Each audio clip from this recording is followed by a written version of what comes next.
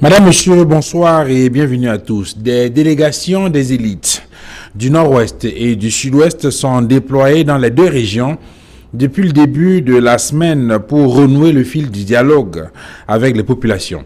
C'est une énième tentative de résoudre la crise qui secoue ces deux régions du Cameroun depuis pratiquement un an. À peine ces mesures sont annoncées que des voix s'élèvent pour protester. Des contestations qui portent aussi bien sur le casting des personnalités désignées pour conduire ces échanges que sur le contenu même de ces discussions. S'achemine-t-on vers un nouvel échec après celui d'il y a un an? Pourrait-on avoir un peu plus de chance si ces opérations étaient conduites par les femmes? Parlons justement des femmes. Les a-t-on suffisamment entendues depuis le début de cette crise? Y a-t-il un regard féminin de cette crise sociopolitique qu'il faut considérer? Y aurait-il une solution par les femmes? 237 le débat ouvre justement le débat ce soir en donnant la parole aux femmes pour décrypter cette problématique. Merci madame, monsieur de nous recevoir chez vous.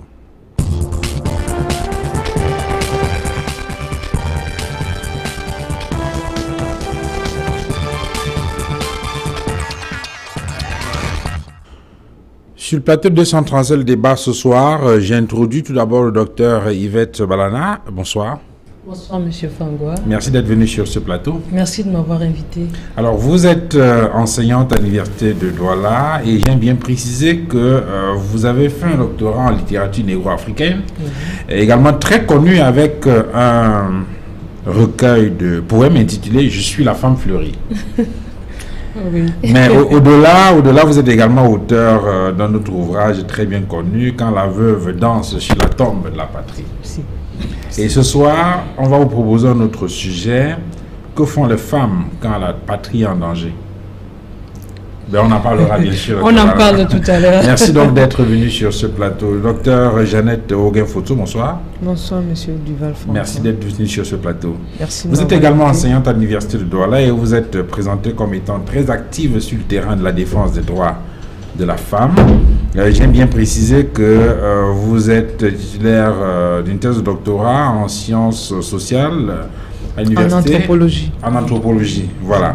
À l'université de Strasbourg, 2012. Le thème, je crois, c'était maternité, décès maternel à Douala, approche anthropologique. Tout à fait. Et le sujet que nous allons proposer ce soir, c'est la femme camerounaise face à la crise anglophone, approche anthropologique. Ça vous convient? Entre autres. En tout cas, merci donc d'être venu sur ce plateau. Marceline Zogo, bonsoir. Bonsoir. Merci d'être venu. Merci. Voilà. Vous êtes une femme politique, cadre du RDPC, c'est le parti au pouvoir, et sénatrice suppléante RDPC dans le littoral, c'est bien cela? Je pense. Il y a quelque chose qui m'a échappé, non? Non. Ça va. Merci donc d'être venu sur ce plateau. Vous allez apporter un regard qui soit non seulement féminin, mais également politique, puisque les autres sur le plateau étant essentiellement des universitaires. J'introduis Pauline Poincy-Maïnga, bonsoir. Bonsoir Duval. Et merci d'être venu. Ben, c'est moi qui te remercie, parce qu'à un moment donné, j'ai bien cru, j'ai bien voulu commencer à comprendre ou à croire que ton plateau était misogyne. Bon, je suis contente de voir que même comme je ne suis pas tout à fait satisfaite du casting, j'aurais voulu qu'on ait ici la parité, ça veut dire des hommes et des femmes. Parce que là, tu nous mets femme-femme, après demain, tu vas recommencer homme-homme, comme si nous, on était une entité à part. Mais merci quand même. Vous êtes, je ne veux pas faire cette polémique, hein, si vous êtes journaliste, chef d'agence du quotidien Le Jour, et je me souviens encore de cette lettre que vous avez écrite à Paul. Il vous a répondu déjà sur la crise anglophone? Non, mais... Il ne répondra pas. Je pense que, comme mon père Chiroma l'a dit, le président est au courant de tout, donc je présume que lui, Chiroma, lui a fait parvenir le contenu. Merci d'être venu sur ce plateau. Alors, je commence avec vous, docteur Yvette Balana, sur cette question-là. Est-ce que vous avez le sentiment que les femmes ont suffisamment pris la parole depuis le début de cette crise? Est-ce qu'il y a un regard féminin qu'il faut considérer dans la gestion de cette crise qui dure depuis pratiquement un an dans notre pays? Bon, est-ce que les femmes ont suffisamment pris la parole? Oui. Mais des individualités de femmes. Et c'est là où il y a un problème. des individualités des femmes, parce que depuis la nuit des temps, les femmes, comme force politique, se présentent comme force politique, comme force de pression en tant que groupe, donc dans le cadre d'associations. Depuis la nuit des temps, vous avez des sociétés secrètes très redoutées dans nos traditions, dans toutes nos aires culturelles, et des sociétés secrètes féminines. Donc, des individualités de femmes ont pris la parole. Moi, j'ai entendu Madame Poissier Maïga, j'ai vu des femmes politiques prendre la parole sur la question de la crise anglophone.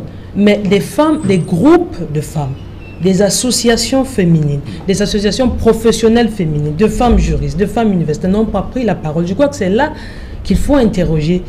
Maintenant, si on n'a pas pris la parole dans le cadre d'organes féminins, est-ce que nous pouvons vraiment faire entendre une voix audible dans la résolution de cette crise? Cela peut se comprendre, docteur Auguin. Est-ce qu'il faut absolument qu'il y ait cette perception, je veux dire, cette lecture que fait le docteur Balana, est-ce que cela vous convient? Est-ce qu'il faut qu'il y ait véritablement un regard féminin, je veux dire quoi, à partir des organisations et des associations de femmes en rapport avec cette crise-là? Oui, je ne veux pas m'inscrire en faux par rapport à ce qu'a dit docteur Yvette Balana, mais je dirais simplement que la prise de parole des individus isolés, ça ne porte pas du tout. Mais maintenant, quand on est dans une organisation, il est clair qu'on peut avoir un peu plus de résultats.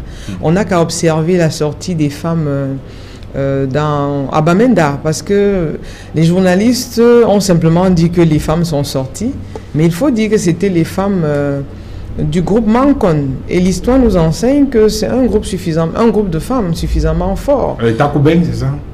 Non, dans la région du Nord, les femmes qui sont sorties avec celles qui étaient au devant de la scène étaient des femmes comme. Okay. Or, l'histoire nous enseigne que ce sont des dames qui ont un pouvoir très prépondérant au niveau de la chefferie.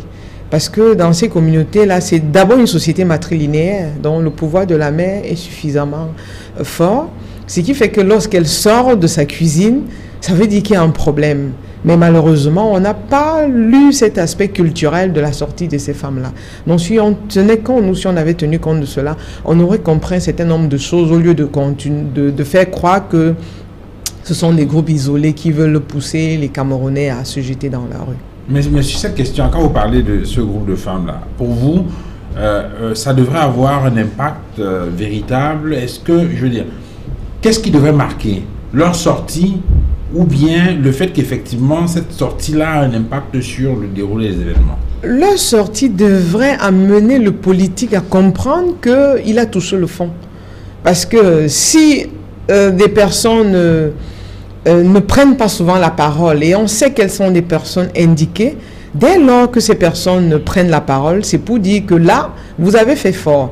Un peu comme lorsque les femmes avaient marché à Douala, et que le gouverneur à l'époque était sorti pour demander aux femmes leur décision, enfin ce pourquoi elles sortent, sera pris en compte. Mais malheureusement, on a fait fi de cette réalité-là. En tant que femme ou en tant que politique, je ne sais pas très bien sous quelle casquette vous devez intervenir d'abord sur ce premier jet. Marceline Zogo, est-ce que vous avez senti en tant que femme une perception féminine de la gestion de cette crise? Je commencerai par dire que, pour répondre à votre question, les femmes ont réagi, de toute obédience confondue, politique confondue. Moi, j'ai vu les femmes réagir à travers les médias. Et bon, celle-là, c'est celle qu'on a vue. Et comme disait le docteur, ça a été de manière individuelle. Mais au-delà de ça, on n'est pas descendu, par exemple, sur le terrain, dans les quartiers, dans les marchés, pour aller savoir ce que les femmes pensaient.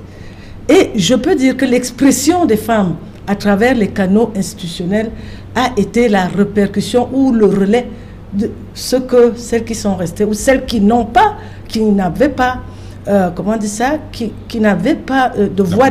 Oui, la possibilité de s'exprimer de manière un peu plus forte. C'est cette expression-là que nous avons vue.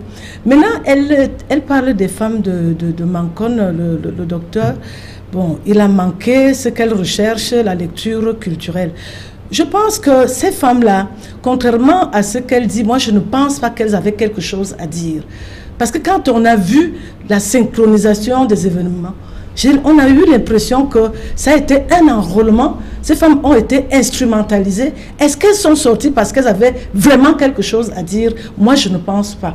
Elles ont suivi le mouvement parce que ce que nous avons connu ces derniers temps est inhabituel. C'est une forme d'expression que nous ne connaissons pas au Cameroun. Et si peut-être au niveau des groupes, au sein des groupes, on n'a pas senti la réaction, moi je me dis que les femmes camerounaises ont même aussi peut-être été un peu surprises parce que par la chronologie des faits, elles n'ont même pas eu le temps de s'asseoir pour comprendre ce qui se passe. Parce que du problème qui a été posé à ce que nous avons vu, il y a eu un grand écart. Quand vous parlez par exemple des femmes, je prends votre couloir, hein, qui est le Parlement.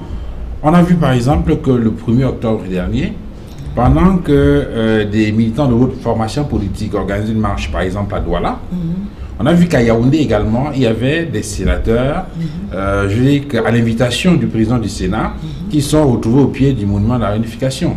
Est-ce qu'en marge ou bien à côté de ces événements, on ne pouvait pas voir par exemple les femmes du Parlement ou les femmes d'autres organisations, que ce soit institutionnelles ou pas, par exemple, se mobiliser? Est-ce que ça n'aurait pas donné un autre aspect, une autre connotation peut-être? Est-ce que ça n'aurait pas donné le là aux autres organisations féminines qu'on a voulu bien voir sur le terrain se mouvoir dans le cadre de la gestion de cette crise-là?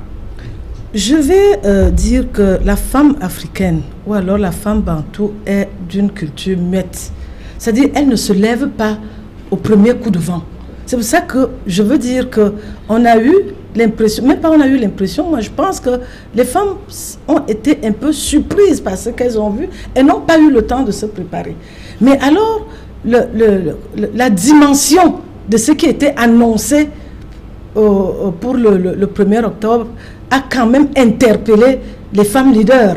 C'est pour ça que vous avez vu les femmes parlementaires se lever et n'ont pas attendu la réaction ou alors un mouvement qui pouvait venir des groupes sociaux tels que je l'ai entendu. Sinon, les femmes n'ont pas eu le temps de comprendre même ce qui se passait et de se préparer. Donc, les femmes leaders ont pris leurs responsabilités et elles ont parlé en tant que représentants du peuple, donc représentantes de ces autres femmes qu'on attendait, peut-être que dont vous parliez tout à l'heure. Celles-là, elles ont fait leur devoir, nous avons fait le nôtre ici, à Douala. Moi, j'ai eu à parler le 1er octobre, au meeting de la maison, qui a eu lieu à la maison du parti. J'ai parlé aux femmes et j'ai lancé un message à nos sœurs des deux régions pour leur faire comprendre que ce qui se passe en ce moment, c'est au détriment de la femme. Parce que quand l'enfant ne va pas à l'école, nous savons ici, à l'époque, nos parents transmettaient l'héritage ou alors préparaient l'avenir des enfants par quoi?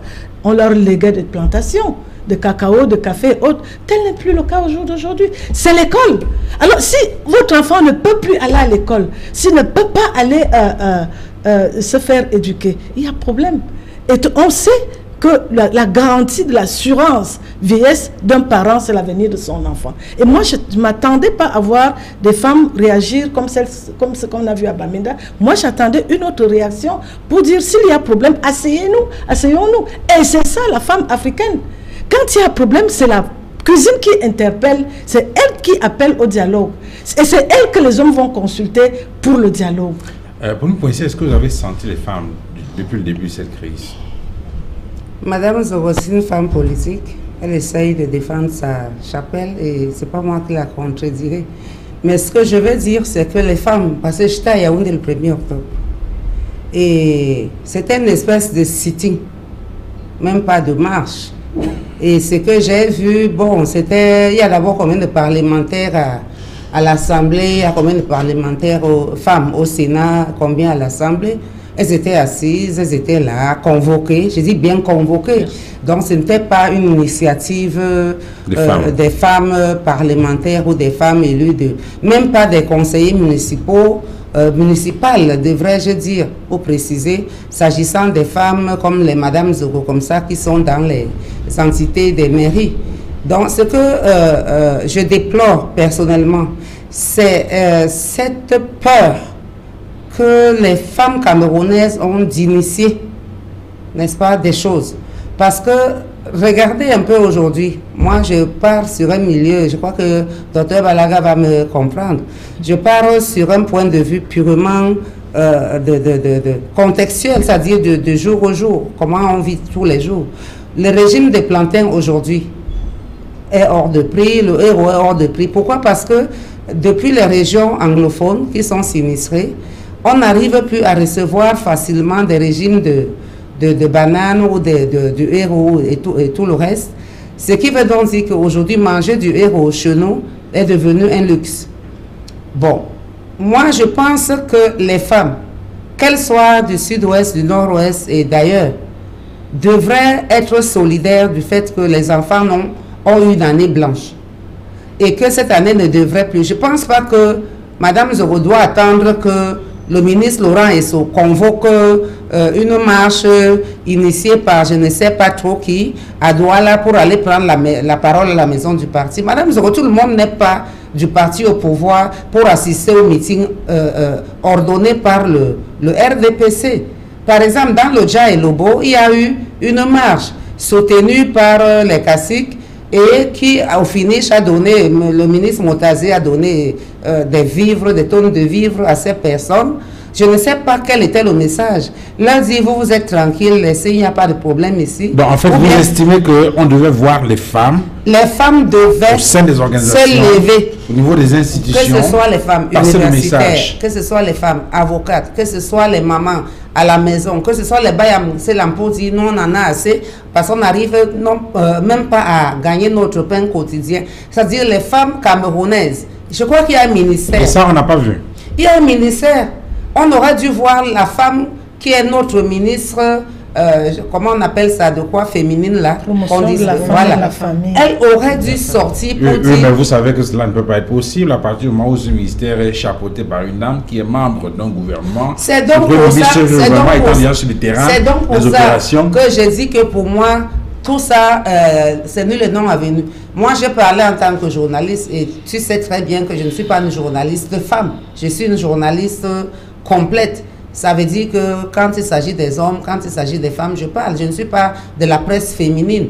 Mais ce que je veux dire, c'est que je me serais attendue à ce que des femmes, parmi des grandes dames comme Mme Zoro, des grandes dames comme d'autres personnes, Kawala et consorts, que les femmes politiques, par exemple, toutes formations confondues, se réunissent et qu'elles puissent décider de poser une action. Elles n'ont pas besoin de ça, d'aller voir le prophète du Vouri ou le prophète de Fundi pour dire qu'on veut initier. Elles voient peut-être avec Madame la ministre en disant « Nous sommes des personnes venues de différents milieux politiques, mais on voudrait que cela cesse.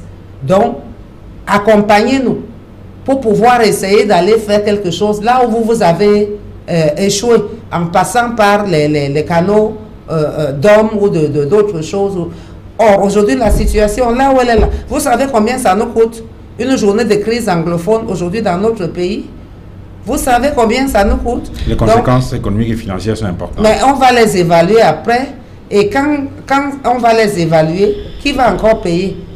Qui va payer? Ce sera l'école qui aura augmenté. Et les enfants qui n'ont pas pu aller à l'école. Il y a beaucoup de choses. Je dis que honnêtement, moi, je ne vais pas être de ceux qui disent que le président Biya doit venir, il faut qu'il aille dans les régions anglophones. Non, le président Biya même, après tout, quand vous êtes président de la République et que vous avez un gouvernement, vous avez un premier ministre, vous avez des gens rattachés à ce premier ministère, vous avez un secrétaire général, un directeur du cabinet civil, des directeurs généraux. C'est à eux de faire le travail avec la population. On reviendra sur les solutions qui sont proposées pour faire l'état des lieux. Alors, Dr Balana, qu'est-ce qui peut justifier qu'on n'ait pas vu fondamentalement les femmes se mouvoir en tant qu'association, en tant qu'organisation? Est-ce que c'est lié à la nature de la femme bantou? Non, je m'inscris en faux. Vous savez, ce qu'on dit aujourd'hui sur la femme bantou, c'est l'histoire coloniale. L'histoire que nous avons sur la femme bantou, c'est celle des colons qui nous ont regardés avec les lunettes de leur histoire à elles, qui est une histoire qui a opprimé les femmes. Comprenez, qui a opprimé les femmes, contrairement à l'histoire africaine où la femme avait un statut prépondérant. Ce n'est pas les discours sur lesquels malheureusement nos sœurs s'agrippent aujourd'hui le 8 mars parce que critique toujours cette amnésie collective-là qui fait qu'on ne connaît pas notre histoire, on ne connaît pas notre culture et les bribes qu'on a aujourd'hui sont des bribes d'identité. La femme bantou n'est pas atone. La femme bantou est redoutée.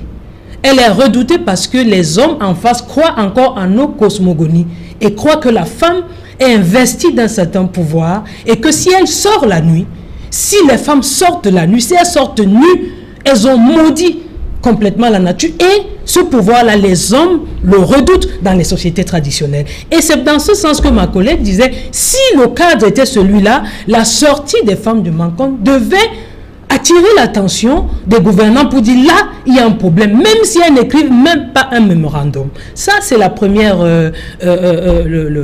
la première contre-vérité que je voulais vraiment relever. Maintenant, le disait tout à l'heure Pauline, nous avons des individualités de femmes ont pris la parole. Il faut qu'on rentre dans le contexte. La dame politique a dit tout à l'heure que effectivement ces femmes-là sont des femmes leaders qui ont parlé au nom de celles qui sont en retrait. Et c'est ça le drame de notre politique. Et c'est pour cela que le dialogue aujourd'hui est difficile. Parce que des choses vont du local pour le national. On n'écoute pas la base. Vous voyez? Et comme on n'écoute pas la base, on descend avec des directives. Vous avez dans notre discours politique les instructions. Et du coup, la base ne se sent pas concernée. Donc, la femme qui a pris la parole, je prends mon cas universitaire, je n'ai pas parlé pour les femmes universitaires.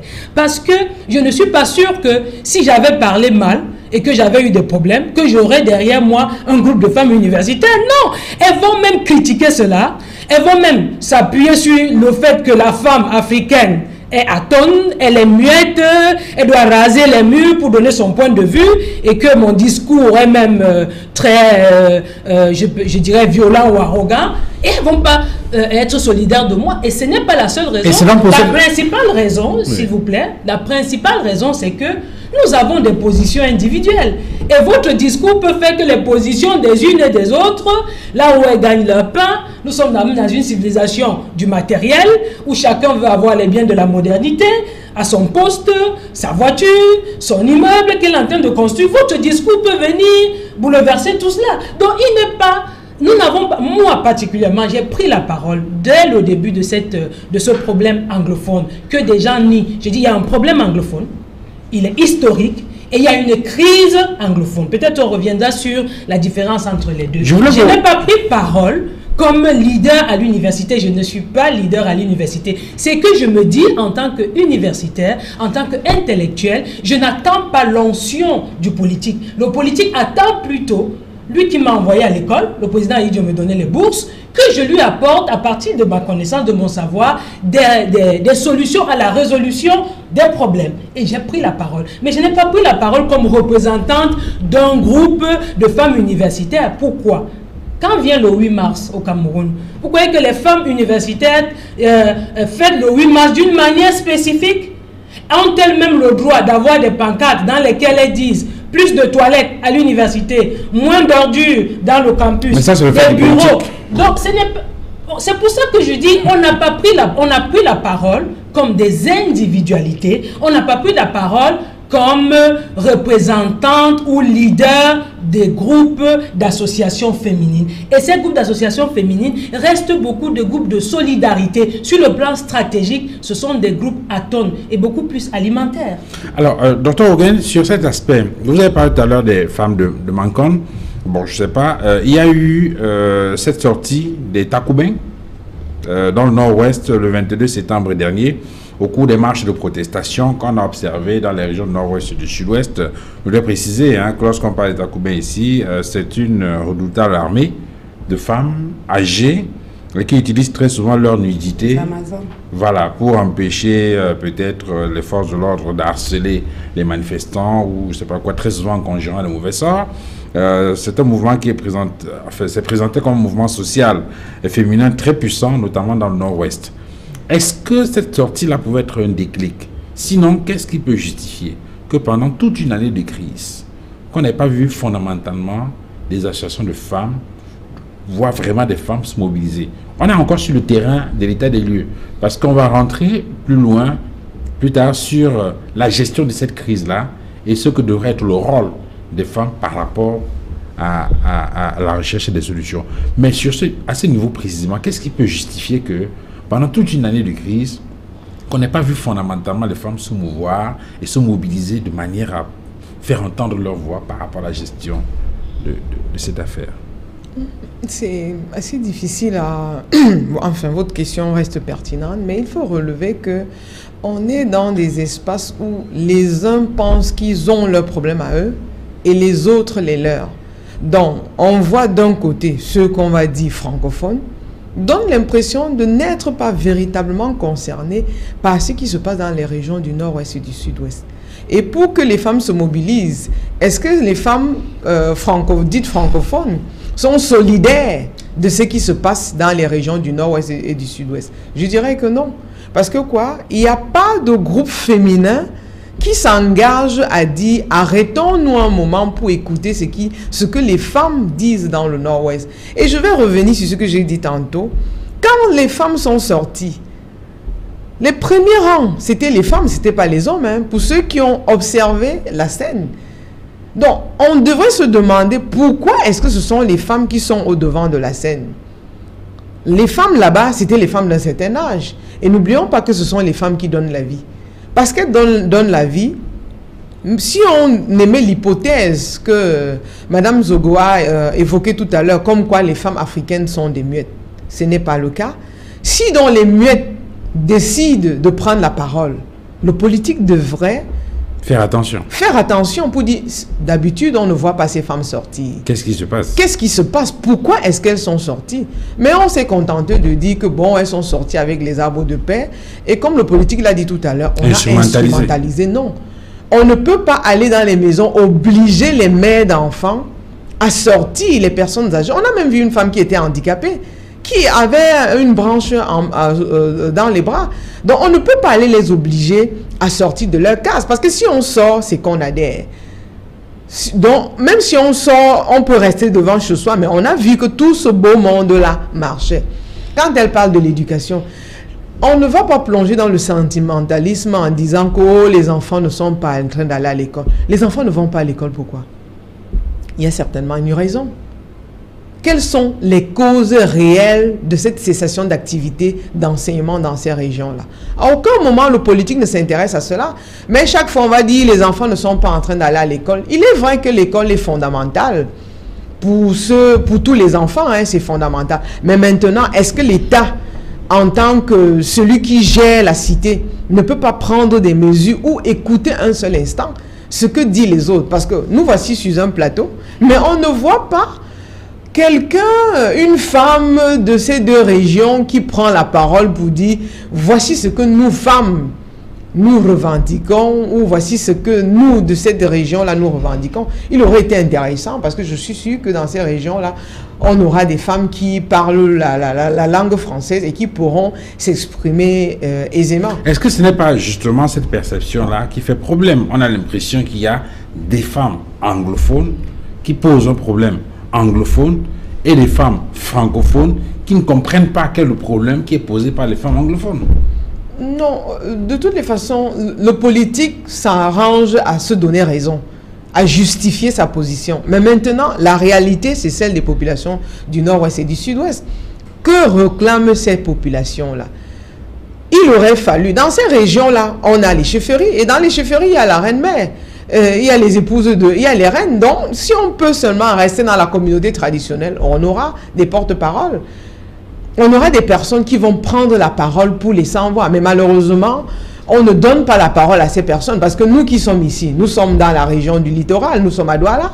On n'est pas en train d'aller sur le terrain pour dire voici les personnes concernées, voici les difficultés auxquelles sont confrontées ces personnes. Et on n'en parle pas. Parce que même nous en parlons, mais parce qu'étant toujours distants, on n'en parle pas comme si on faisait véritablement partie, comme si on faisait partie de ce noyau-là qui est en train de vivre une certaine réalité. Que le politique s'arrête un instant pour chercher à résoudre le problème.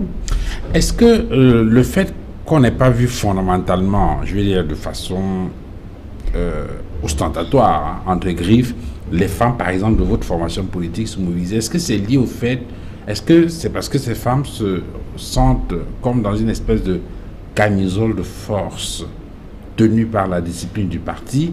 Est-ce qu'il est possible dans votre formation politique d'avoir des femmes qui se mobilisent et qui prennent clairement position, je veux dire quoi, ou bien qui apportent des suggestions de manière à résoudre fondamentalement cette crise-là? On a par exemple regardé le casting qui a été fait. Hein. On vient de voir le Premier ministre chef du gouvernement reparti sur le terrain. Il y a un certain nombre de personnalités qui ont été choisies pour accompagner cette nouvelle mission. Là, on a parlé des délégations des élites. Est-ce que vous avez le sentiment que dans ce casting-là, les femmes sont suffisamment représentées? Est-ce que ce n'est pas un problème, Marceline Zoko? Monsieur Duval, je suis très embarrassée parce que je m'insurge contre un discours qui se fait de plus en plus récurrent au Cameroun et que je ne trouve pas du tout juste. Quand on dit « on ne les écoute pas », on ne les écoute pas. Le conflit en soi n'est pas une mauvaise chose. Dans une société, il est tout à fait normal qu'à un niveau ou à une étape de la vie, qu'il y ait des conflits. Parce que, à un moment donné, on ne pense pas la même chose. Ou alors, nous n'avons plus la même vision, ou alors, ou le même regard sur un certain nombre de choses. Et c'est normal qu'à ce moment-là, qui est malentendu. Qui est malentendu. Mais le plus important maintenant, c'est comment arranger les choses, comment gérer ce conflit. Quand j'entends ici qu'on n'a pas écouté, nous sommes partis d'où? Il y a eu des revendications.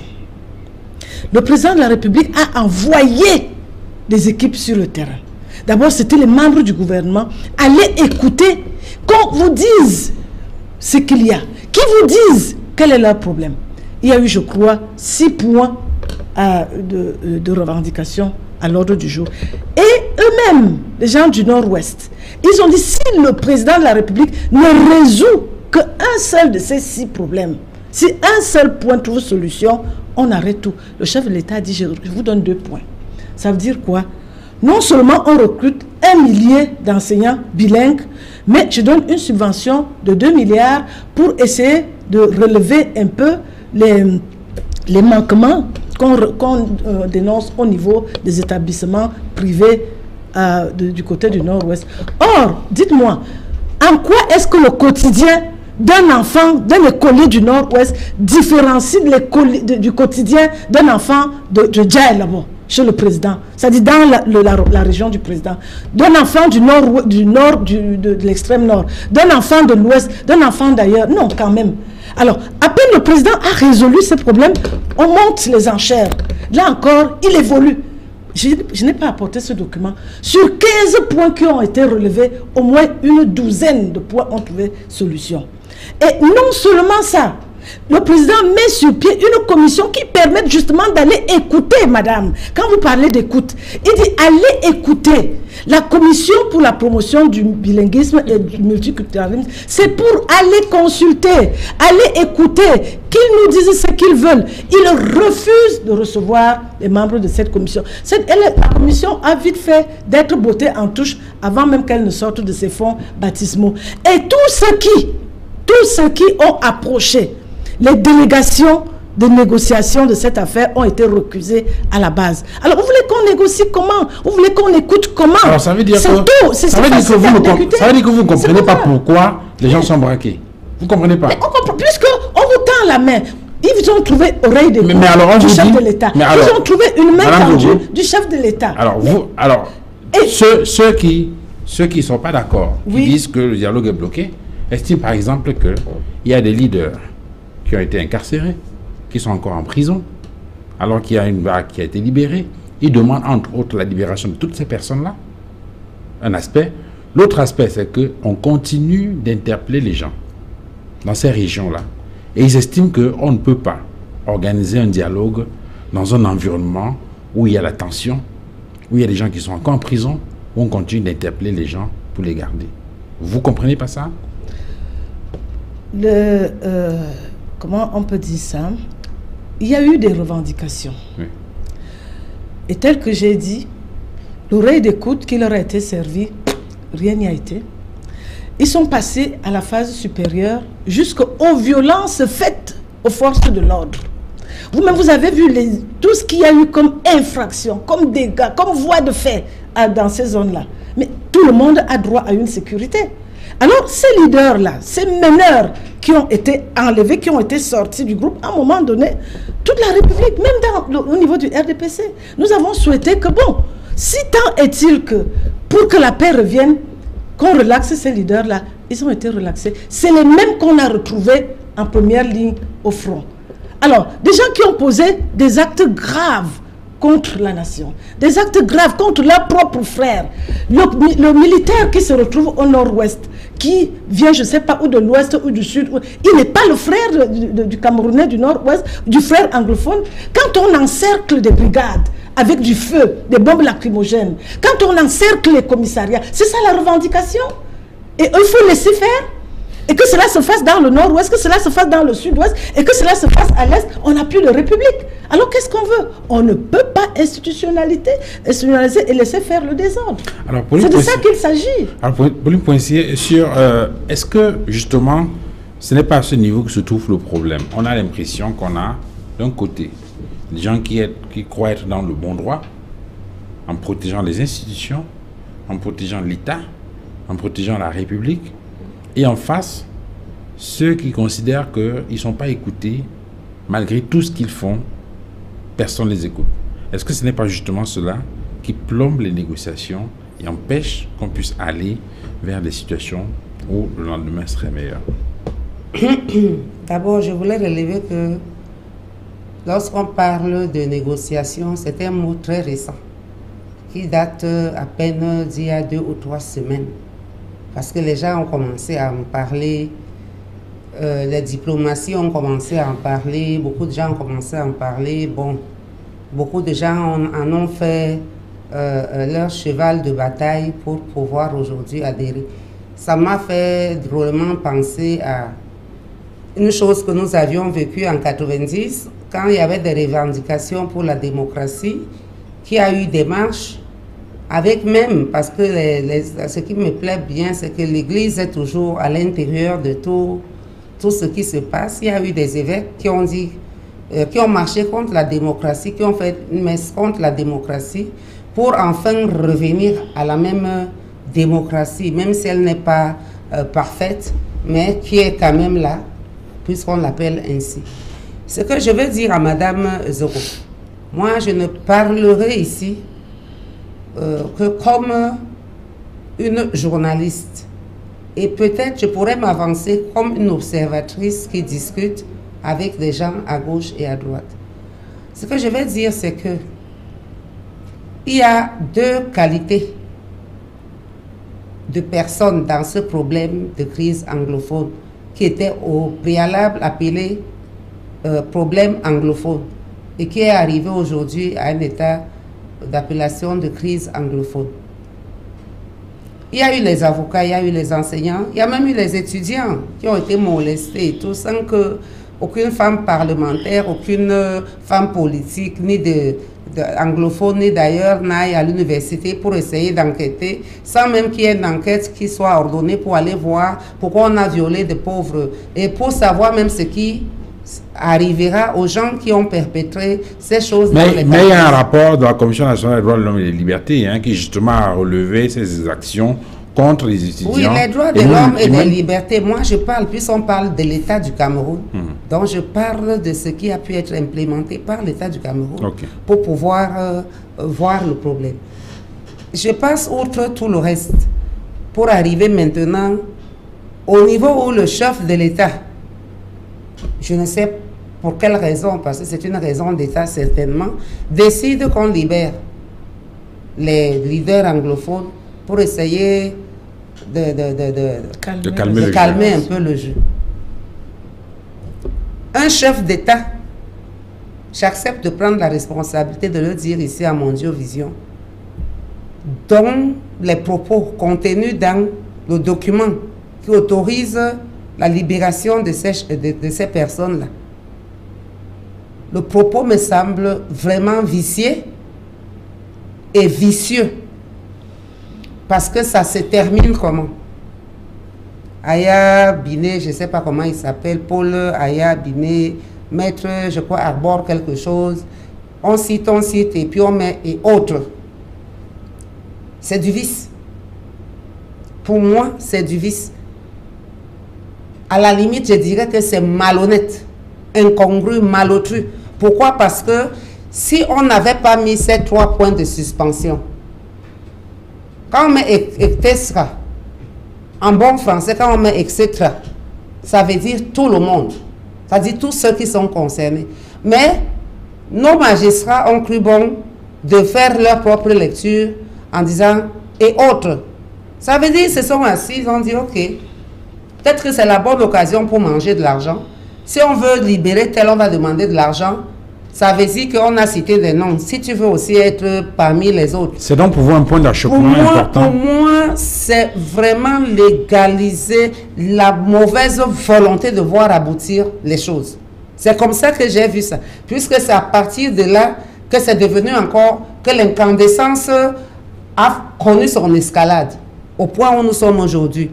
Au point où il y a donc maintenant des radicaux qui ne s'étaient pas jusqu'à présent annoncés, qui étaient tapis dans l'ombre à partir des États-Unis ou autres, je ne sais pas trop, qui ont donc commencé à profiter de l'espace vide qui était laissé, du manque de dialogue qui était laissé, pour venir maintenant commencer, si c'est eux, parce que moi, vous savez... On est donc d'accord qu'il y a eu un problème dans la gestion de cette crise-là. Oui. En tant que journaliste, je ne me permettrai jamais, sans preuve, de dire que je ne sais pas de quelle république il s'agit, qu'on dise que c'est eux qui ont balancé des bombes lacrymogènes.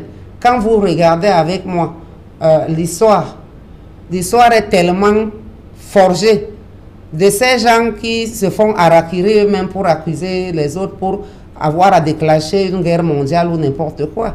Donc c'est pas difficile pour des gens de faire des choses pour dire que c'est là-bas. L'opportunité est toujours la chose la plus facile lorsqu'on veut déclencher des hostilités. Il y a des gens qui savent que si les revendications anglophones telles qu'elles sont faites aujourd'hui aboutissaient, que ce soit au fédéralisme ou à la décentralisation, ils perdraient beaucoup de pouvoir. Ils perdraient, puisque la preuve c'est que c'est depuis 90, moi je suis journaliste depuis 90 dans ce pays. C'est depuis 90 qu'il y a une nouvelle constitution, où on parle de décentralisation. 96, pardon. Moi je suis journaliste depuis 90, où les revendications ont commencé. Et depuis 96, on a dit que c'est là. Mais l'applicabilité reste encore à venir. Ça veut dire, je ne sais pas, 31 ans après. Et qu'est-ce que vous voulez que les gens se disent? Les gens se disent qu'ils sont floués, sont lésés et tout. Mais ça ne donne pas le droit aux gens d'aller tuer d'autres personnes. Ça ne donne pas le droit de tuer d'autres personnes. J'ai dit, le président Biya, à mon avis, n'a pas besoin de rentrer, encore que pour moi, je ne vois pas ce qu'il fait dehors, à moins qu'il ne soit malade. Qu'on nous dise, comme on a vu avec le Nigeria, le président était malade, il est parti, il est revenu. Mais comment est-ce qu'un chef de guerre, c'est quand même le premier, c'est le chef suprême de tout ici. Comment il part à l'ONU avec les autres chefs d'État qui ont regagné leur pays? Lui, il est toujours là-bas. Les porte-paroles ne nous disent pas. S'il est bien, s'il n'est pas bien, on suppute, on suppose, on nous dit que non, il va... Peut-être même qu'il pourrait...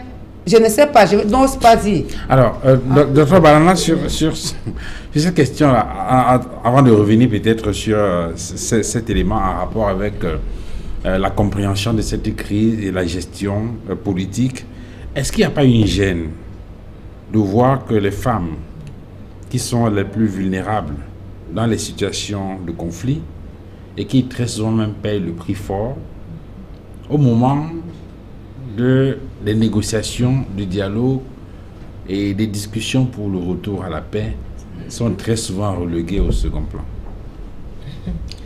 Mais elles ne sont pas reléguées au second plan seulement pendant cette crise. Regardez la structure de notre État. Hein? On a parlé ici du Sénat, on a parlé de l'Assemblée nationale. Regardez notre gouvernement obèse. Il y a combien de femmes dans un pays comme le Cameroun qui, depuis les indépendances, connaît des femmes qui méritent d'occuper des postes. Je dis bien des femmes, peut-être pas des autres partis politiques, mais des femmes du parti au pouvoir, qui peuvent occuper plusieurs postes dans le gouvernement actuel. Qu'est-ce qu'on fait de la parité? Qu'est-ce qu'on fait de tous ces textes qui circulent dans le monde contemporain depuis que ce monde contemporain, et je répète, qui a brimé la femme? Contrairement au monde primitif, à notre monde qu'on appelle le monde primitif. Ce monde contemporain qui se rappelle que non, on ne peut pas brimer comme ça une catégorie de personnes dans la société. On ne peut pas les mettre à l'écart des instances de décision sans que le monde ne se sente mal. Je ne veux pas dire que les femmes sont bonnes. Je veux pas. Je vous ai dit en off quand vous m'invitez à cette émission que moi je n'aime pas l'essentialisme qui consiste à croire que les femmes sont éthiques, les femmes sont meilleures, et les femmes elles sont maternelles. Non, allez dans les bureaux, allez dans les commissariats, venez dans nos amphis, vous allez voir de quoi sont capables les femmes. Celles qui, lorsque vous prenez la parole, parce qu'il n'y a pas une manière douce d'indiquer qu'on n'est pas content, qu'on est en conflit. Quand vous prenez la parole de manière forte et disent que vous êtes violente, allez les voir devant les étudiants qui sont soi-disant leurs enfants, allez les entendre des hauts responsables, même de nos universités, comment elles parlent aux étudiants. Allez dans les commissariats, allez dans les bureaux, vous allez voir, parfois, hommes comme femmes préfèrent rencontrer un homme au lieu de trouver une femme. Est-ce qu'on n'aurait pas une meilleure solution si on avait eu plus de femmes dans cette délégation? C'est ce que je viens. Je ne suis donc pas dans l'essentialisme qui consiste à donner, je ne sais pas, un chèque en blanc aux femmes. Mais je suis dans la démocratie, la justice sociale, qui consiste à dire qu'il y a des groupes dans une société, il y a des gens qui sont, comment on dit, plus de 50% de la population, leur voix compte. Que ces femmes soient des monstres ou des personnes très gentilles. Donc, ça, les femmes devraient être prises en compte dans le dialogue. Mais avant de répondre à cette question, vous avez posé une autre ici tout à l'heure, celle de savoir si les femmes dites francophones ne se sentent pas solidaires des femmes anglophones. Moi, je vous ai dit, nous avons un problème anglophone. Les femmes francophones, quand on parle de problème anglophone, les femmes francophones peuvent dire qu'elles ne sont pas solidaires de ce problème-là qui se nourrit de l'histoire et l'histoire coloniale, qui n'est pas notre histoire précoloniale, qui est riche, qu'on peut encore explorer pour faire de belles nations. Elles peuvent dire qu'elles ne se sentent pas solidaires de ce problème s'il se pose en termes sécessionnistes. Et ce n'est pas qu'au Cameroun que les problèmes de sécession se posent. Le problème anglophone, il peut durer au Cameroun pendant des siècles. On a les Catalans. C'est depuis l'an 1112 que les Catalans existent et qu'ils exigent leur autonomie. Donc le problème anglophone est un problème qui peut perdurer. Mais qu'est-ce que la crise anglophone actuelle a soulevé, a montré? Des graves problèmes de gouvernance. Et c'est dans ce cadre-là que les femmes francophones devraient être solidaires de ce qui se passe dans les régions anglophones. Quand je dis bien ce qui se passe, je n'ai pas dit les casses. Parce que les casses, cette crise, quand moi j'ai pris position par rapport à cette crise anglophone, on était à 3 ou 4 ou 5 mois de la crise. Donc des gens ont pris position, ils ont pris la parole et ils ont dit voilà ce qui doit être fait. Mais si on a un gouvernement qui n'écoute pas, et c'est ça, je répète le mot, qui n'écoute pas même ses leaders d'opinion, même ses artistes. C'est quoi l'artiste dans ce pays? Vous voyez, avec les droits d'auteur, les autres écoutent leurs artistes, écoutent leurs philosophes. Donc quand on n'écoute pas, il y a donc des faux pas qui se font et il y a l'escalade. Vous discutez avec des gens aujourd'hui, un jour vous sortez un décret, vous dites que cette structure-là n'existe pas. Vous voulez aller dialoguer avec qui? Parce qu'on est encore dans l'esprit colonial et vous entendez bien les forces de l'ordre. C'est une insulte pour le peuple camerounais, indépendant depuis 1960, de parler encore de forces de l'ordre. Les forces de l'ordre, c'était une expression coloniale parce qu'il fallait qu'ils nous mettent en ordre pour nous piller. Ce sont les forces de sécurité. Et ces forces ont malmené des étudiants. Moi, ça m'a fait sortir de mes gonds. Et je suis passé sur les antennes. On a malmené des jeunes filles, on les a tapées, elles ont roulé dans la boue. Les associations de femmes ne sont pas sorties. Parce que je vous ai dit que nous sommes peut-être une force de mobilisation, hein, peut-être naturellement ou culturellement, mais nous n'avons pas encore une conscience politique. Nous avons perdu au travers du désastre colonial et néocolonial que nous Docteur vivons. Bernard, vous avez convoqué beaucoup d'arguments d'ordre historique, mais justement, quand on parcourt cette histoire politique du Cameroun, il y a un certain nombre d'événements où on a vu effectivement des femmes se mobiliser. À tout hasard, comme ça, on se souvient par exemple à la pendaison de Rudolf Douala Magabel, on a vu des femmes descendre dans la rue pour protester contre cette situation. Elles estimaient qu'il y avait une injustice vis-à-vis de leur leader, de leur chef. On a vu lorsqu'il fallait faire des pétitions envoyées à la SDN pendant la période de mandat, et ainsi de suite. Alors, on a vu des femmes se mobiliser. Pourquoi aujourd'hui on ne ressent plus cela, on ne voit plus ces femmes sur le terrain politique dans cette mobilisation, et ainsi de suite? Les raisons sont historiques. Les raisons sont politiques. Nos gouvernants ont bridé la conscience politique, chez les hommes comme chez les femmes. Maintenant, il faut dire que les femmes sont entrées tardivement dans le circuit de l'école et de la politique, à cause de cette histoire. Et j'ai donné une autre raison ici. Elle est liée au contexte même socio-économique. Les femmes doivent défendre leurs intérêts et égoïstes. Vous voyez, égoïste. Et si vous avez votre position, parce que nous sommes dans un pouvoir de clientélisme. Alors, si vous avez une position, on vous a mis là parce que, de façon discrétionnaire. Vous savez que chez nous, quand on dit discrétionnaire, c'est qu'on met là qui on veut. Ce n'est pas une affaire. Parce que discrétionnaire ne veut pas dire qu'on met qui on veut. On met quelqu'un qui répond au profil, peut-être du poste, qui a des compétences. Et là, c'est discrétionnaire parce qu'on peut avoir 4 personnes et on choisit de mettre qui on veut. Donc, quand quelqu'un a son gagne-pain, quand moi, la femme, je veux toujours avoir ma mèche brésilienne de 100 000 francs, coûte que vaille, je veux avoir mon petit poste là. Toutes les femmes ne vont pas accepter, peut-être comme ma collègue, moi, d'arriver à l'université, d'errer comme une âme en peine, sans avoir où s'asseoir. Alors, pourquoi voulez-vous que les gens se mouillent quand l'ère mondiale et même nationale est à la préservation de ses intérêts égoïstes? Et c'est ça le nœud du problème. Pourquoi est-ce que les femmes vont sortir dans la rue quand elles savent qu'en face, elles vont trouver les forces de l'ordre? Vous voyez? Comment est-ce que les femmes vont sortir dans la rue, celles qui ont même le courage de le faire, quand elles savent que quand elles vont appeler, les autres sœurs ne vont pas sortir parce qu'on les a structurées, on les a éduquées dans le sens que non, la femme africaine vraiment ne dit rien, elle ne parle pas, mais allez les voir dans les foyers. Quelles sont celles qui arrêtent les maris au-dessus de la ceinture quand ils entrent? Et ce sont des femmes occidentales? Non, ce sont des histoires. Quand il faut prendre position sur la scène politique, alors les femmes camerounaises sont à tonne. Non, vraiment, l'éducation a fait que vraiment silence. Mais allons les voir sur le plan domestique et en secret dans leur bureau, comment elles fonctionnent. Non, c'est un faux débat. Le débat qui est là est celui d'une situation politique qui a inhibé toute conscience politique. Je vais vous donner un exemple ici. Est-ce que si je marche le 8 mars avec une pancarte sur laquelle j'écris plus de toilettes à l'université pour les femmes, parce que si vous êtes enceinte, vous faites pipi tout le temps, et si vous n'avez qu'une seule toilette pour 100 enseignants, il y a un problème. Est-ce que ça va enlever le président de la République de son poste? Alors quand on a bridé la conscience politique, ce n'est pas toujours le combat tel que nous l'avons dans la zone anglophone. Et c'est là où je reviens vers la femme politique qui dit il y a eu ceci, on casse, on fait ceci. Mais quand l'échange, le dialogue politique a été inhibé pendant des décennies, ceux qui ont le courage, je ne loue pas cela, je l'ai condamné dès le départ. Ceux qui ont le courage de passer par là pour être entendus, la preuve, ils sont entendus. Même si moi, je dis, je suis contre les révoltes, moi, je préfère la révolution où des groupes bien constitués et dont les femmes se préparent pour pouvoir être entendus par le pouvoir en place. Parce qu'un pouvoir sans contre-pouvoir, on en arrive à la situation que nous avons aujourd'hui avec la crise anglophone.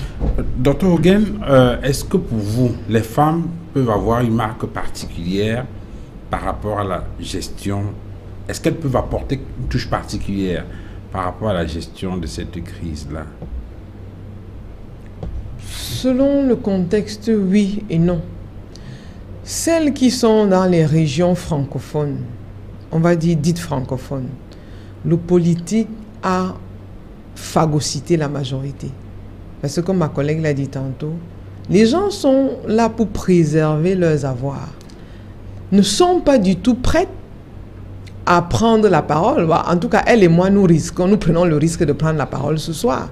Parce que on se dit de toutes les façons, on n'a rien à perdre. Parce qu'on dit toujours, nos vies cessent. On cesse de vivre quand on reste inactif face aux injustices. Or, celles qui sont dans les régions dites anglophones, elles ont déjà cette culture militante. On ne va pas se dire que les populations, les autres, comme le politique l'a dit tout à l'heure, on n'a pas une bande de fainéants ou une bande d'idiots au nord-ouest. Vous pensez que ces mamans-là sont contentes de voir que leurs enfants ne sont pas en train d'aller à l'école? Vous pensez qu'elles sont contentes de voir que les forces de sécurité, à tout hasard, un enfant a reçu une balle? Je pense que non. Il me semble que c'est le dernier retranchement que ces populations-là ont utilisé pour espérer être entendues. Donc, quand on est dans un environnement comme le nôtre, où le politique est, comme on l'a dit depuis aujourd'hui, amnésique, on fait comme si on ne savait pas quel était le problème. On a parlé de la décentralisation. Décentralisons le pouvoir. Mais maintenant, les caciques pensent à leurs intérêts. Quand on va décentraliser, la signature qui partait de Yaoundé pour Bamenda au Boya, on n'aura plus cette signature. Donc, les avantages qui sont les nôtres, on ne les aura plus. Parce que si on fonctionne véritablement en tenant compte des besoins des uns et des autres, même si on faisait fi de l'histoire, chaque fois que quelqu'un se plaint, on doit chercher à savoir de quoi se plaint cette personne et quelle est la solution qu'on peut apporter à son problème. Donc, quand on est toujours en train de vouloir embrayer sur la sécession, je pense que c'est même accorder trop d'importance à ces sécessionnistes. On dit que les États-Unis, on est en train de les instrumentaliser. Vous pensez que quelqu'un va... Les gens là, ils n'ont pas faim comme certaines populations à Douala. Quelqu'un qui a vraiment faim sera content de risquer sa vie pour être tué? Je pense que non. Donc, comme quoi, il y a un sérieux problème. Et le problème doit être résolu. On nous parle de la commission qui a été mise sur pied, commission de... La commission de promotion du promotion, non, vraiment, je suis désolée. Il y a des personnes dans cette commission que j'aime bien, mais elle n'a pas de place du tout. Les gens ne vont pas s'organiser une fois de plus pour s'embourgeoiser ou contenter leurs amis et on nous fait croire qu'on est en train de résoudre le problème. Ce n'est pas du tout un problème qu'on est en train de résoudre. Ça, c'est d'un. De deux, on a voulu résoldre le problème. 4 jours avant la rentrée, on a libéré les leaders du consortium. Madame a dit tout à l'heure que... Certains. Non, j'ai parlé des leaders. Oui, vous avez raison. Certains leaders du consortium. Et elle a dit que ces mêmes leaders étaient au devant de la scène quand il a fallu encore faire du désordre. C'est quand même grave parce que moi, je n'ai vu sur aucun média Fontaine en train de se balader avec une pancarte pour dire « nous devons de nouveau casser », encore qu'ils n'ont jamais demandé à casser. Ils se sont constitués pour être les porte-parole d'une population, d'une communauté. Maintenant, c'est le politique lui-même qui a versé l'essence sur le feu. Pourquoi libérer certains et pas les autres? Donc, le politique a donné prétexte à ceux qui sont en face de continuer leur mouvement.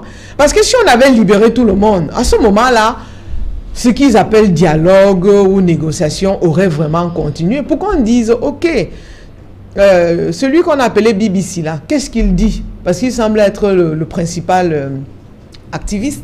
Qu'est-ce qu'il réclame? On a vu des gens, moi j'ai suivi avec beaucoup d'intérêt un administrateur civil retraité qui a été gouverneur dans la région du Nord-Ouest et qui semble connaître, saisir vraiment au premier degré la réalité de cette région-là. Voilà des personnes qu'à aucun moment donné, on a associé au groupe qui va aller négocier. Il est à la commission de promotion de bilinguisme aussi. Bon, c'est vrai que vous ne parlez pas la même personne. C'est pas la même chose. Non, pas la même personne. Oui, même si c'est de la même personne, mais c'est pas la même chose. Moi, je parle de son nom, c'est bien Abaka Amat. Voilà. Elle parle à Bomachoui. Non, c'est pas la même personne. Lui, il n'est même pas du Nord-Ouest. Lui, il est ressortissant de l'extrême Nord. Mais il a été gouverneur dans la région du Nord-Ouest au moment où le chef de l'État a visité cette région. Et le chef de l'État a même prolongé son séjour dans le cadre de cette visite-là. Donc, lui, il a même évoqué qu'à un moment donné... Il y a un problème de casting. Il y a un problème de casting parce qu'à un moment, il dit bien que... Parce que moi, je dis, à qui profite le crime? Il y a des gens dans ce pays qui trouvent leur compte tant qu'il y a le désordre dans la région du Nord-Ouest. Parce qu'il y en a qu'on envoie en mission. Vous pensez que sa mission, ce sont les 25 000 francs qu'on n'arrive pas à me payer à l'université de Douala? Je pense que non. Il a des jours et des jours de mission. Donc, on doit vraiment se demander. On a envoyé l'armée dans les régions du Nord-Ouest et du Sud-Ouest. Mais une grande école comme l'école de Bafouta a été brûlée. Où étaient ces hommes en tenue quand on brûlait? Vous allez me dire que ces gars-là volent les tenues des militaires ou des hommes de sécurité pour aller brûler?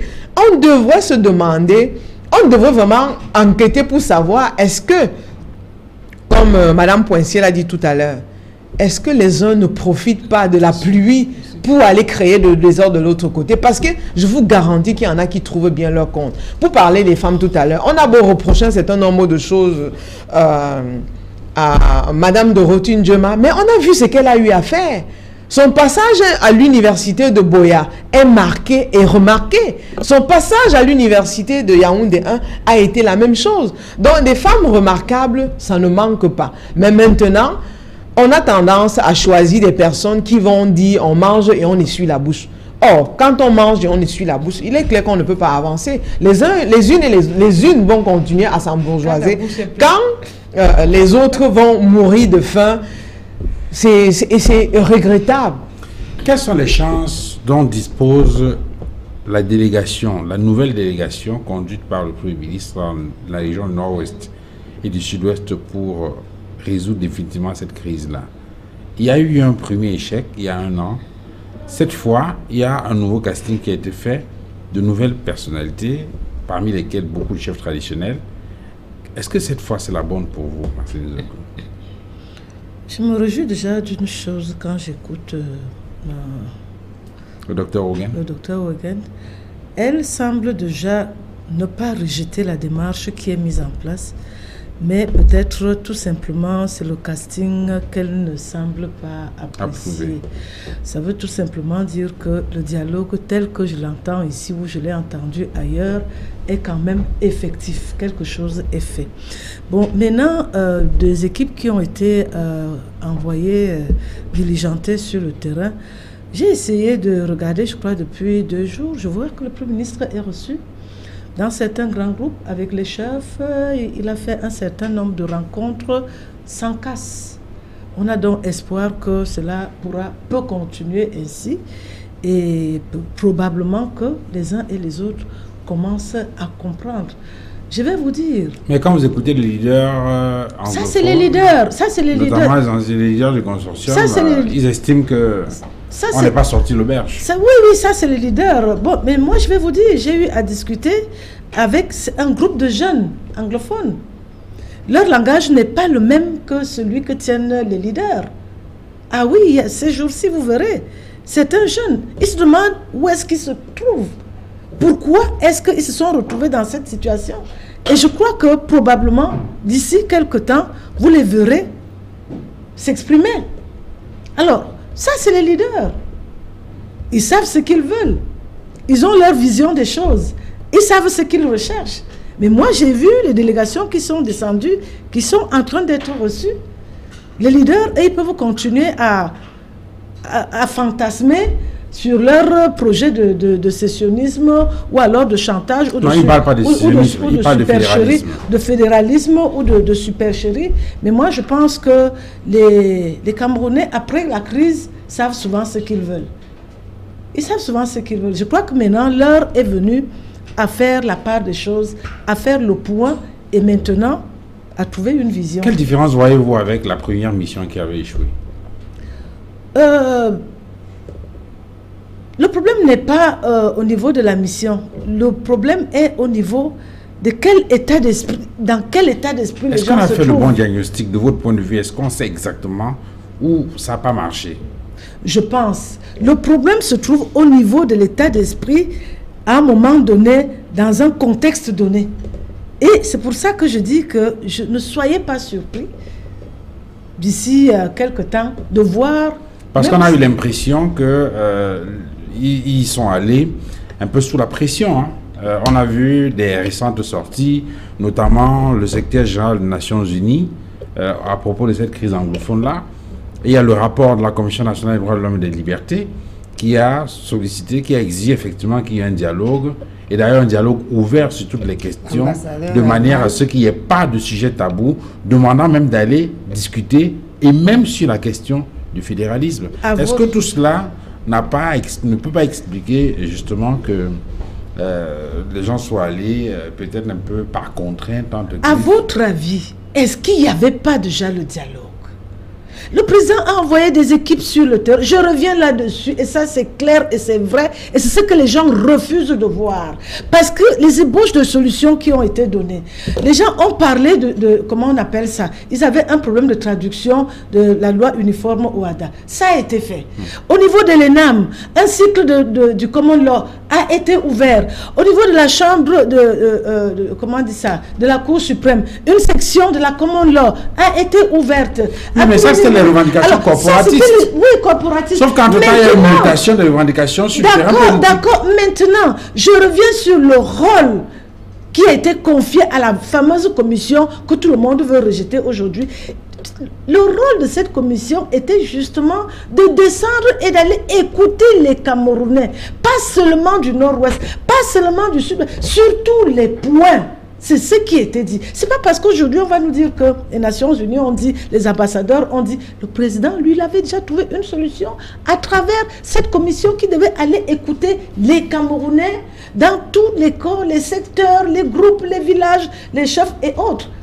Il y a eu mauvaise foi, ça il faut le reconnaître. De la part de de la partie d'en face, de ceux qui se disent lésés ou alors je ne sais pas quoi. Il y a eu mauvaise foi. Le dialogue était déjà installé. Le dialogue était déjà instauré. Bon, maintenant que les avis des uns et des autres, quand même, les avis des uns et des autres viennent accompagner ce qui a été fait, c'est une bonne chose. Vous vous souvenez quand même que lorsque les négociations ont commencé, quelques temps après, on a arrêté ces leaders de consortium qu'on a mis en prison. Hein. Mais pourquoi? Posons-nous la question, pourquoi? Qu'est-ce qui s'est passé sur le terrain? Pendant que les gens étaient en pleine réunion, on a commencé à brûler les voitures dehors, à casser les voitures dehors. Les gens ne sont pas sentis en sécurité. On ne pouvait plus continuer dans cette état. Mais ce n'est pas eux qui brûlaient, puisqu'ils étaient en réunion, justement. Je dis justement que dehors, ça se cassait. C'est toi qu'on a arrêté. Oui, c'est ce qui cassait qu'on a arrêté. Ça se brûlait dehors, ça se cassait dehors. Mais alors, vous auriez voulu qu'on continue comment? Essayez de nous dire qu'on continue comment? Quand les gens refusent le dialogue systématiquement. Tout se passe ici comme si rien n'avait été fait, comme si rien n'avait été amorcé. Une main a été tendue, elle a été refusée parce que les gens avaient un calendrier, les gens avaient fait un plan d'action bien défini et on le voit se dérouler au jour d'aujourd'hui, malheureusement pour eux. C'est de ça qu'il s'agit. Pour une question, est-ce que vous croyez à cette nouvelle phase du dialogue-là? Est-ce que pour vous, on est sur la bonne voie là maintenant? Avec les nouvelles délégations des élites qui sont sur le terrain. Pour commencer, je voulais d'abord dire à Mme Zogo que c'est une très petite étincelle qui fait un très grand feu de brousse. Et après, même les pompiers de tout un pays n'arrivent pas à éteindre. On a vu encore dernièrement en France et aux États-Unis ce qui se passe quand un fumeur peut laisser une cigarette traîner. Voilà.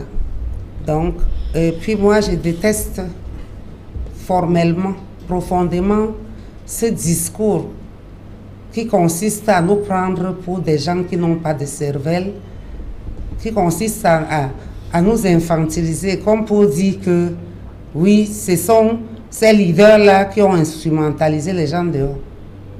Et ce sont les leaders anglophones qui ont instrumentalisé les gens ici le 28 février 2008. Allons-y chercher à savoir. Il y a toujours des problèmes. Ça veut dire qu'il y a des gens qui n'ont pas le courage. Et puis lorsqu'ils voient que devant il y a un problème, ils s'emparent de ce problème à leur manière. Madame Zoro, si vous voulez que ce pays brûle, nous tous on va le voir brûler.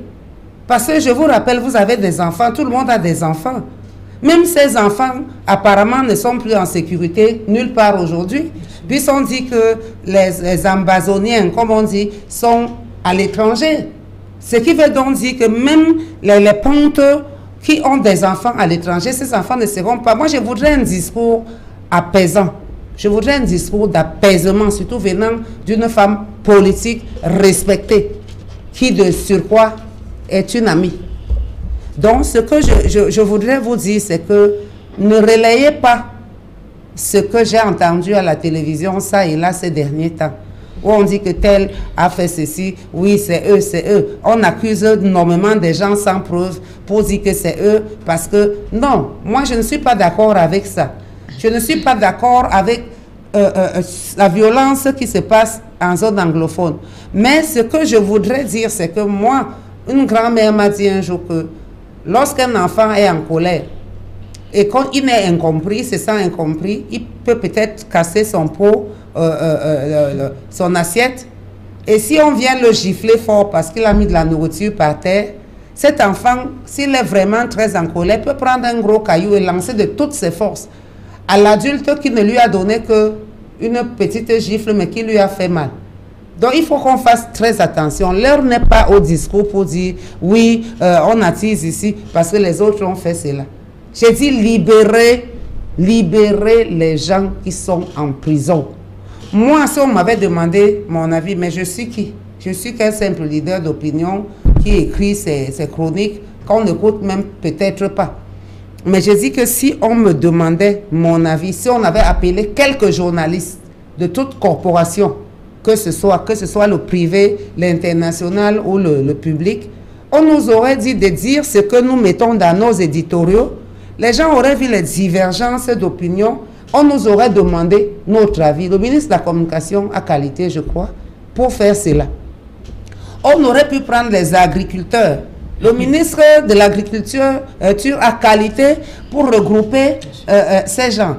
On aurait pu prendre des enseignants qui vivent, c'est-à-dire que pas seulement dans les zones anglophones qui sont aujourd'hui lésées, mais ailleurs, pour qu'on ait un regard. Ils sont plus lésés que ceux. Non, j'ai dit un regard. C'est pas ça, il fallait revendiquer pour vous. Les anglophones et les francophones, il fallait qu'on revendique nos choses. Il ne fallait pas qu'on attende que les anglophones commencent pour qu'on dise qu'il y a des problèmes partout. Encore que c'est toujours vous qui dites au président, bien, tout est bien, vraiment c'est très beau et tout. Mais quand les anglophones revendiquent leurs choses, on dit que pourquoi? Moi j'ai entendu un grand homme du comité central du RDPC qui disait, oh dans mon village là-bas, il y a les problèmes. Mais que chacun donc pleure. Hein? Je ne suis pas sûr que le président Biya, tant qu'il ne vous entend pas pleurer et que chaque jour il vous entend acclamer pour dire que c'est bon, c'est bon. Lui, il est dans son confort là-bas où il se demande même pourquoi on gronde dehors, pourquoi on bavarde. Parce qu'il se dit qu'on lui rapporte tous les jours que tout va très bien. Donc, on devrait, de votre point de vue, regrouper un certain nombre de leaders. Il ne faut pas partir de... J'aime beaucoup M. Philemon Yang, que je trouve même d'ailleurs très mignon pour son âge. Mais je dis que malgré tout cela, ce que je suis en train de dire, c'est que moi, je pense que dans les négociations, il faut éviter de partir du sommet à la base. On a vu l'échec cinglant que ça a donné au niveau du RDPC, où la base a été méprisée et tout. Et on a vu comment le RDPC a perdu certaines communes et certaines choses parce que les gens ont dit, OK, puis on nous prend pour... On a vu ce qui s'est passé dernièrement à Yaoundé 6e. Donc, je dis, il faut essayer de commencer à voir les gens sur la plateforme basse. Et puis, maintenant, on discute avec un chef, qu'on institue des représentants pour parler. Et vous allez voir qu'il y a des gens qui élisent leur propre leader pour aller parler au nom d'un groupe, Et après, c'est un hameau, un village, un arrondissement, un département, et ainsi de suite.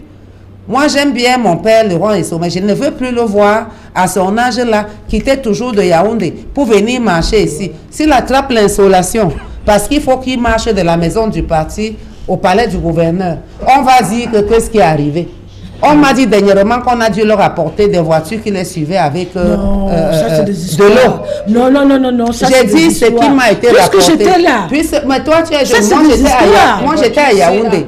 À Yaoundé, les papas, grands-pères qui étaient au Sénat n'ont même pas pu faire une marche. Oui, bon, ça c'est pas ça qui nous intéresse. Ça, c'est la journaliste qui parle. Okay. Pour dire donc, il faut qu'on arrête de partir du sommet à la base, il faut qu'on essaye de partir de la base. Le président Biya lui-même a dit aux membres de son propre parti qu'il voudrait que désormais, on écoute la base. Et qui c'est qui est fâché?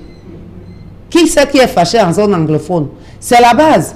Les gens qui ont parlé le 11 octobre, ce ne sont que les avocats et les enseignants qui demandaient leur... l'amélioration de la condition de travail. Mais la colère anglophone ne date pas d'hier. Elle date d'il y a plus de 40 ans, Madame Zoro. D'après ce que nous disent les livres d'histoire. Elle date depuis le temps de Foncha et même un peu avant ça. Donc, les gens, là, les sécessionnistes n'ont rien à voir avec les anglophones du Cameroun. Il y a des gens qui veulent être anglophones du Nigeria depuis, comme de Biafra. Ce ne sont pas pour moi des Camerounais. On parlait des Camerounais qui souffrent dans leur chair. Moi, comme vous, on a la chance de s'exprimer en anglais. Moi, je vais même à Limbe, je parle en Bassa, puisque je trouve des gens qui parlent Bassa là-bas et qui sont anglophones. Tout le monde n'a pas cette heure-là. Donc, j'ai dit cette heure, H-E-U-R, pour les gens qui ne doivent pas demain écrire dans les réseaux sociaux qu'elle a dit cette heure. Donc, ce que je voudrais donc dire ici, c'est que honnêtement, le problème est petit. Mais c'est nous qui amplifions, parce qu'on veut justifier les missions, on veut justifier notre appartenance à un groupe. Il y a des gens dont nous tous nous connaissons les noms. Moi, je parle en tant que journaliste, je n'ai rien contre des personnes. Par exemple, Philemon Yang n'est pas un type rejeté. Philemon Yang est seulement quelqu'un qu'on ne veut pas accepter, parce qu'on se dit que si le président peut l'envoyer, donc même le président peut venir. Mais il y a des gens comme les messieurs Atanganji, qui ont été rejetés dès les premières, c'est-à-dire les premières heures. Tout le monde l'a vu, les gens, je crois qu'Equinox a filmé et tout. Donc pourquoi continuer à vouloir persécuter des gens qui ne veulent pas des émissaires? Même dans la Bible, Madame Zoro, on est toutes deux chrétiennes catholiques, on fréquente la même église tous les dimanches. On dit il a envoyé des ouvriers, on les a rejetés. Il a envoyé, même l'office, on a tué. On doit envoyer Frambi à Bamenda pour qu'il essaye d'instituer le dialogue. Je dis non. Il y a des gens, vous êtes là, Madame Zoro. Il y a beaucoup d'autres gens comme vous dans ce pays qui ne sont même pas anglophones. Voilà des personnes. Madame Zogo n'acceptera pas. Voilà des gens valables. Parce qu'elle a dit Pauline, pendant qu'on y est, qui est même anglophone au Cameroun aujourd'hui qui ne l'est pas? Dans toutes nos maisons aujourd'hui, les enfants sont de culture anglophone. Il y a des maisons en zone francophone où vous trouvez tous les enfants inscrits dans des... Voilà justement un discours qui n'aime pas entendre. Alors, je dis, je voulais juste terminer. Et je dis, d'ici 10-15 ans, je crois qu'on soit pratiquement majoritaire. Je voulais juste que vous disiez à vos chefs, Madame Zoro, puisque c'est eux qui ont le pays. Moi, ce que je voudrais, c'est que vous leur disiez que les affaires de commission, là, qu'on arrête avec ça. Asseyez-vous. Voyez avec les autres partis politiques. Entre vous, hein, réglez ça politiquement. Qu'on voit seulement comment le SDF, le RDPC, l'UNDP et tout ont une grosse commission qui est partie sur le terrain pour essayer de pacifier, n'est-ce pas, le problème. Vraiment. Qu'on ne dise pas que c'est le président Biak qui a fait. Qu'on dise retour que... au parti unique, quoi. Oui, pourquoi pas, si ça peut se préserver la paix. Docteur Barana, est-ce que cette forme de dialogue, là, telle qu'elle est décrite par Pauline Poincier, vous convient? Moi, je vais vous surprendre. Cette histoire de dialogue dont on parle aujourd'hui tous les jours, c'est du dilatoire. C'est du dilatoire. Le dialogue, qu'est-ce que le dialogue? Il y a dialogue quand 2 ou 3 personnes se retrouvent et échangent sur un sujet. Quels sont donc ceux qui se retrouvent pour échanger sur le sujet? Et sur le champ politique, qui dialogue sur le champ politique? Ce sont des groupes, des forces politiques, des partis politiques, des associations, de la société civile.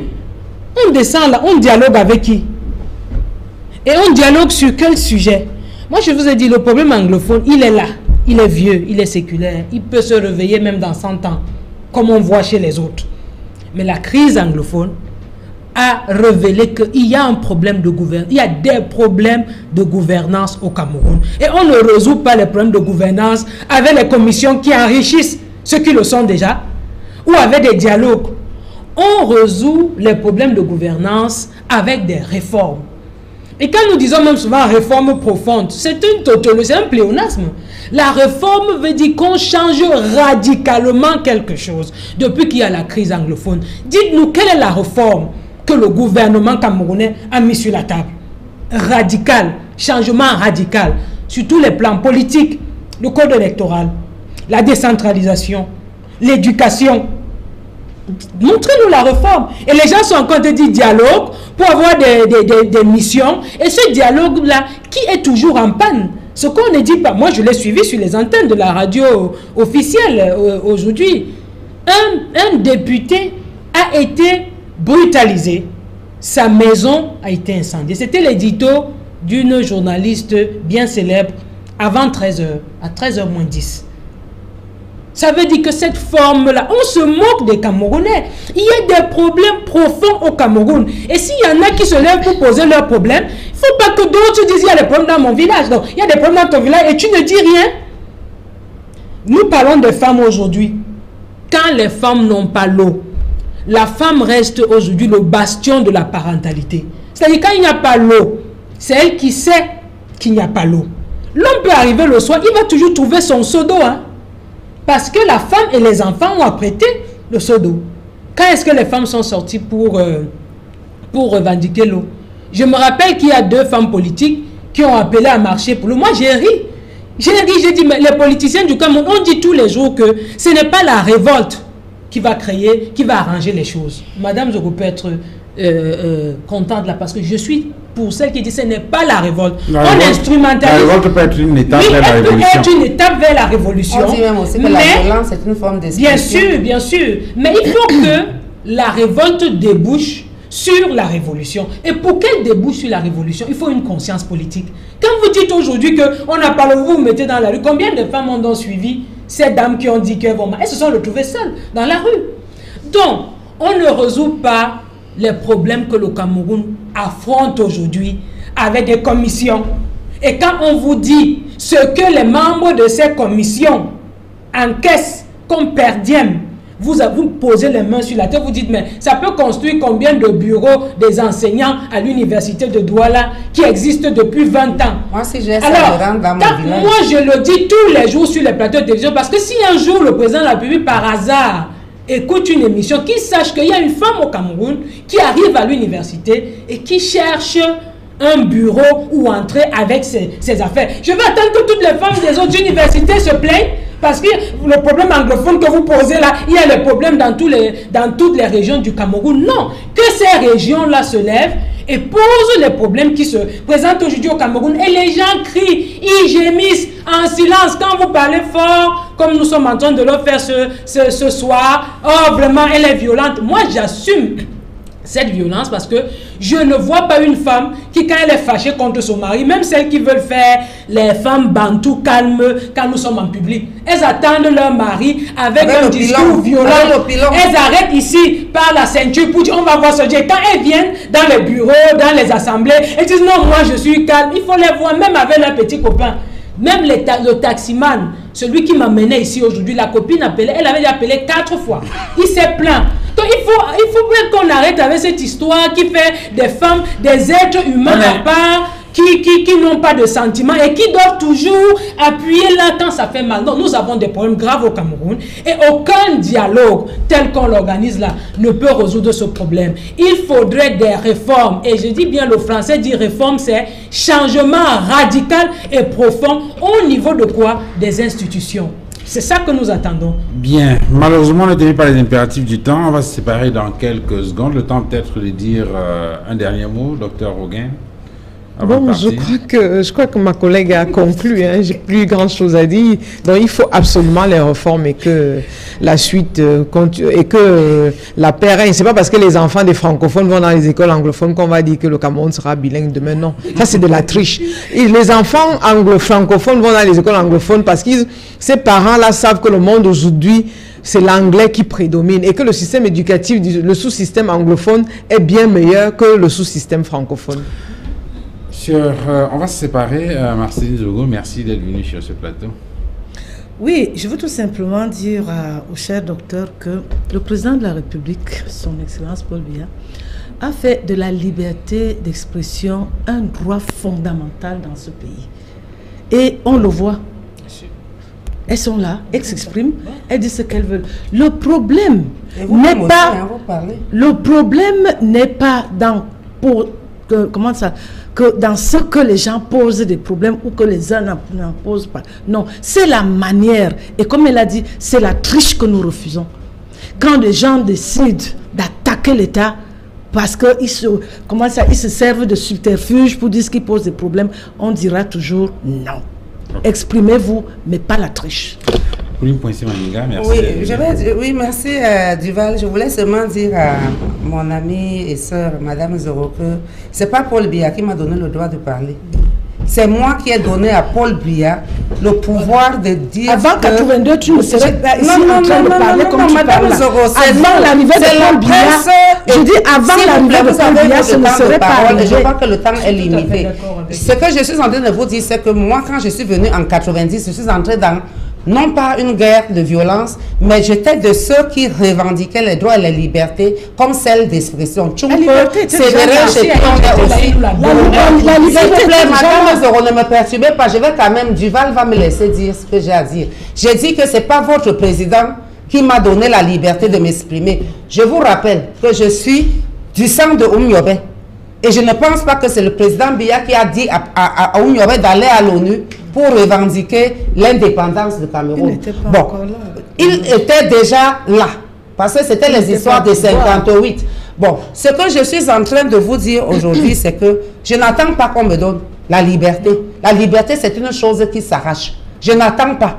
Il n'y a que Dieu seul qui peut m'enlever la liberté. Maintenant, puisque vous avez la possibilité de parler aux gens qui peuvent parler à M. Paul Biya, dites à M. Paul Biya de jeter du lest.